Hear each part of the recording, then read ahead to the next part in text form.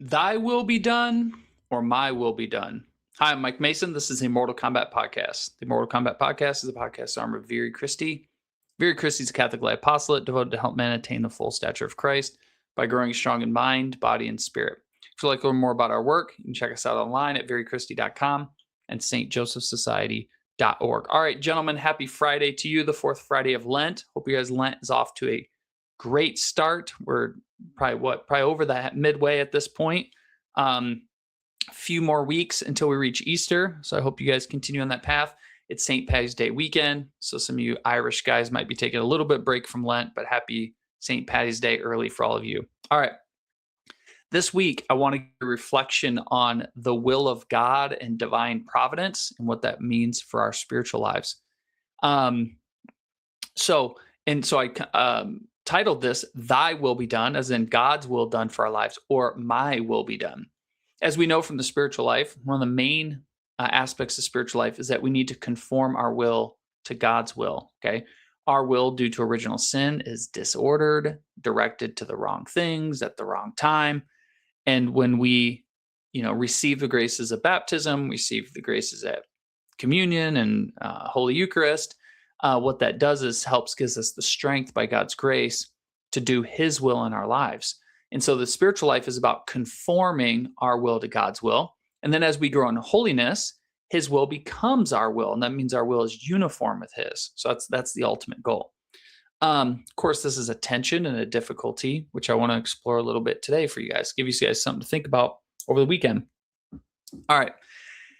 In the Summa Theologiae, the Prima Pars, which is the first part, question 19 on God's will in Article 3, Thomas poses a question: does God necessarily will whatever He wills?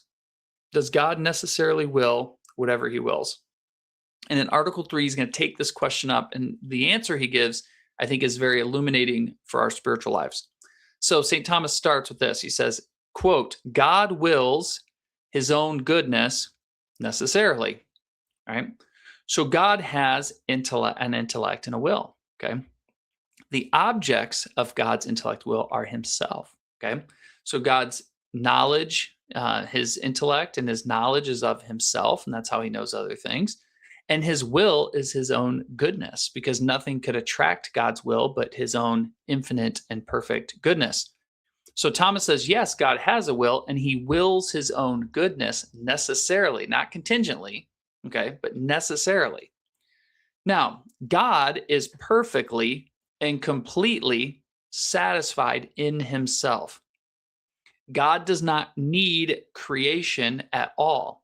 Creation adds nothing to God's being, goodness, or happiness, nor does anything in creation take anything away from it. Okay. Now, this, of course, begs the question, why would God make anything else? If God is perfectly and completely and totally satisfied within Himself, why make us? Well, some theologians throughout the history of the church, and even before the church, back into Greek philosophy and Roman philosophy, would discuss whether God had to create. Maybe He was compelled with something inside of Him, or maybe the creation emanated from Him necessarily in some way.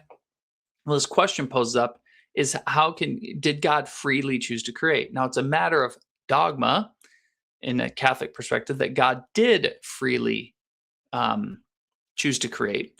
But it still begs the question, why would He do that? Okay, so if God freely decided to create, why would He do such a thing? He doesn't need us for anything, doesn't get anything out of it. Why would He do that? Well, Thomas, in question Prima Pars, question 19, Article 3, says God wills His own goodness necessarily, but then he also says this, quote, God wills things apart from Himself insofar as they are ordered to His own goodness as their end. Since the goodness of God is perfect and can exist without other things, inasmuch as no perfection can accrue to Him from them. Pause right there. That's what I meant before, is we don't add anything to God. Thomas is confirming that. It follows that His willing things apart from Himself is not absolutely necessary. Okay? God is willing his own goodness necessarily. God has achieved his will has arrived at its goal, okay, which is God's own goodness itself and perfect satisfaction and happiness. Think of it kind of like a closed loop, right? So God wills his own goodness, and that's a closed loop because he's arrived at the goal. So his will has attained the thing that it wanted, namely himself. Well, then, of course, like I said, why then would we be created? Well, God made us, according to Aquinas. So, insofar as we are ordered to his goodness is our end. So Thomas says in his in the Summa, when he talks about God's goodness, is that he says it's fitting or it's suitable that when someone possesses something good, they want to share it. So because God's enjoying his own perfect goodness from all eternity, it is fitting that he would want to share his goodness with others, okay, with creation. Now, he doesn't have to create, but it makes sense that he would so he can share his goodness. God makes us so that we can share in his goodness, okay? God's goodness is something he already possesses, so he doesn't need us, but he does invite us, okay, to share in that goodness as well. The Catechism of the Catholic Church, first question, first paragraph says this: God, infinitely perfect and blessed in himself, in a plan of sheer goodness, freely created man to make him share in his own blessed life. For this reason, at every time and in every place, God draws close to man. He calls man to seek him, to know him, to love him with all his strength. He calls together all men, scattered and divided by sin, into the unity of his family, the church. So God, right, created us so that we can have a share in his goodness. And because he created us as free creatures, we have a choice in whether or not we will cooperate with that plan or fight against it, okay?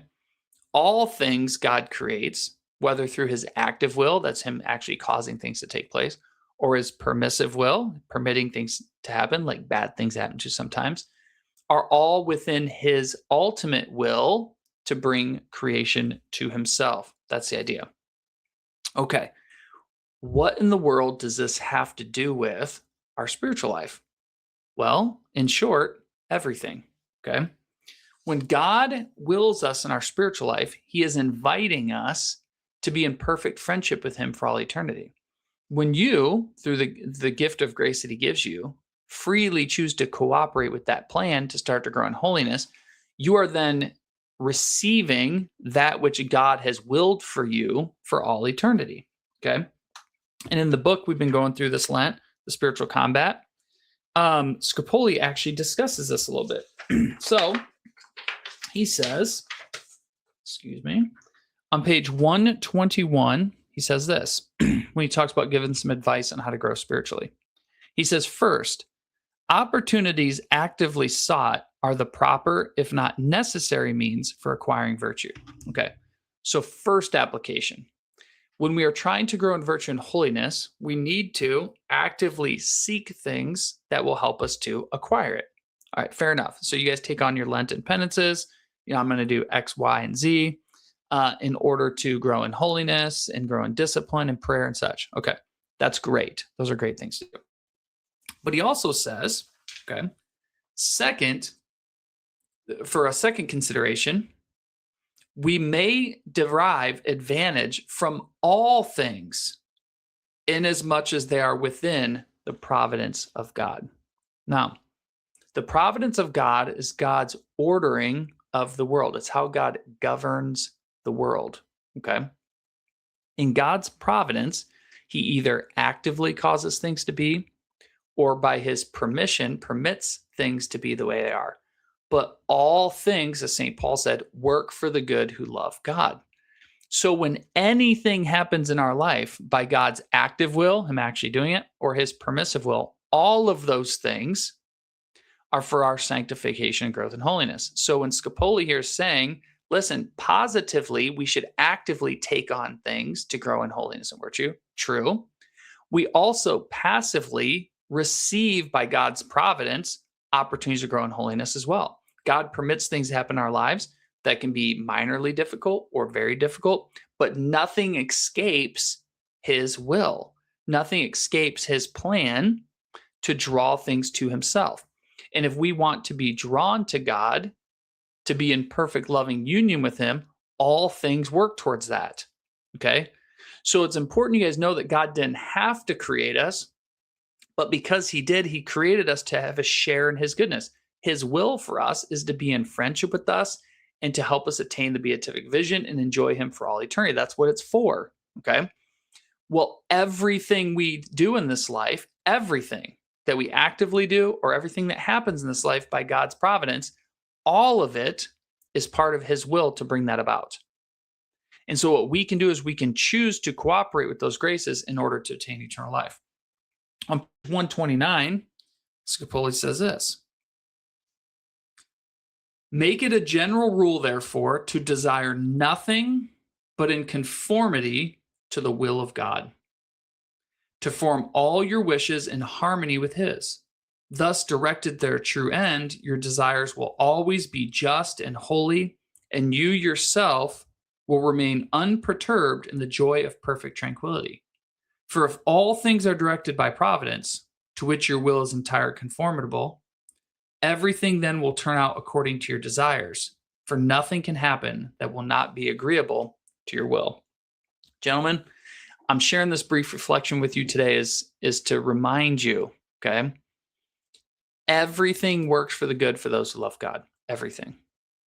When we tell God, not thy will be done, but my will be done, what are we telling him? We are choosing a path that leads away from him. When we say thy will be done, what we are telling him is that we want to bring about this perfect and blessed life that he wants to share with us. Okay. When we tell people God has a great and wonderful plan for their life, that is 100% true, but we have to reach out and take it. So I want to encourage you guys as you guys head into this Lenten weekend. If you've had great successes in Lent, beautiful. Thank God for the grace to do so. Well done. If you haven't, you've slipped up at times or maybe bit off more than you can chew, awesome. You can grow in humility. All things work for the good for those who love God. So gentlemen, don't say my will be done. Let's squash that will, not squash it. Let's conform that will to God's will so we can become the men that he wants us to be. So hope that's encouraging to you. If so, hit like, subscribe, all that stuff. I always forget to say that in these. And I will look forward to talking to you guys next week. Have a blessed St. Patrick's Day weekend. Talk to you guys next time.